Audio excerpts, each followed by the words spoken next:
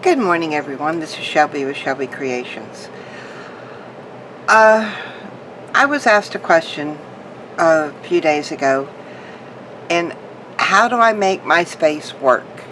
Because most of my viewers know that I went from a 12 by 14 craft room with a huge walk-in closet down to basically about a 6 by 8 craft space. And part of it I even have to keep clear because there's a slider over here. And it all comes down to, one, when I downsized, I kept what I knew I was going to use. If I wasn't going to use it, if I was tired of using it, if I knew that, it was bought on a whim, simply because I saw somebody else have it, and we've all done that. I got rid of a huge amount of stuff. A lot of it went to fellow crafters who I knew would use it, but of course I contacted them first to make sure that they would want it. Some was just so old I threw it away. Some things, because I know that my son and his wife also craft, it's part of the community stuff we have, so we all share it, so it does get used. But in downsizing, it came down to a lot of how you use the space that you have, and some things that we use were not really meant to be used that way. For instance, move this out of the way. This is my glue caddy. You take everything out. It's a soap dish. It's one I had in the bathroom, and I wasn't going to use it anymore. And it's a nice acrylic one, easy to clean, and I didn't want to throw it away. So it now sits. I've got my Fabri-Tac. I've got my regular clear glue, my fine tip, and this used to be the fabric medical tape, only now they call it sports tape because I reckon they don't use the fabric no more. And my iridescent glitter glue, because this is so hard to get down, I keep it in there upside down. And usually my glue stick sits in there, but it's been temperamental this morning, keeps falling over. Something as simple as a bucket. I think this came from the Dollar Tree. It holds things that I use constantly. My hole punch, my little sticky tool, my larger bone folder, utility knife, my tweezers, and of course my lotion. We all know as paper crafters, paper dries out your hands. So, see, I told you my glue stick was going to fall. And this little thing here, it was an ashtray. It's one that my dad had, and I use it to put the stamps that I've got pulled out that I want to use. Now, on stamps, someone asked me if they were copyrighted.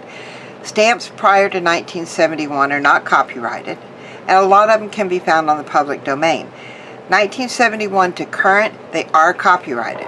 Now, I found that out at copyright.gov, so if you go check it out. Things that if you don't have a certain place to store things, we end up making things. This little box that holds my peg stamps was made out of foam core board that I just covered in the metal duct tape for AC and HVAC work, and I put a little sticker on front, and that holds it. But that was handmade. Also, where I store my gel pens and my markers, I made that. Another thing that I use for storage, holding my ink pads, is a soap dish, because one, it's easy to clean, and it slides in, it slides out. One thing that I do when I do purchase things, I try to only purchase things that I know I will use, or that it's going to last me for a while. And another thing is reference books. I have a space that's probably about that wide on my shelf that's all the space I have for reference books. Yeah, and this is one that the last one I had bought recently, The Wildflowers of Britain and Europe, and I did it because I know I will use the pictures on these pages. You know, they're beautiful flowers. I mean, look at those colors, just awesome. And what I do is when I find a page, now I wanted to make a copy of this one because I wanted to fussy cut out the flowers for a journal, but when I copy it, I copy both sides. Here I've got, you know, more things I can use for pages, collages, and I've got my flowers. In my sticker video, it shows how you can use a full page label and copy onto there. Then just cut them out and you've got your stickers. But I keep that page in the book and it goes on my shelf so that I know, you know, where it's at. And reusing things. Like this was a tin that Post-it notes came in. I use it for my little odd stickers that, you know, I know I'm going to use. And it's right here at the ready. Another thing, photo albums. The little small ones we can get it like at Dollar Tree. And it holds, you know, my hole reinforcements.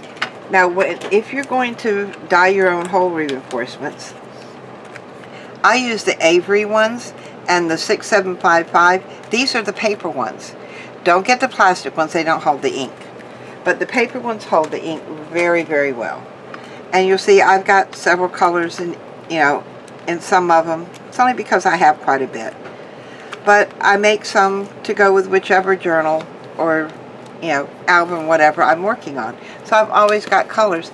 And they fit in a small photo album.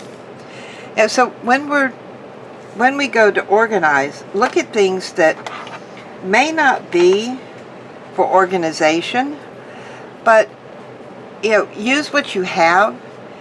And that's all the point of, well, especially with me being on a spending freeze.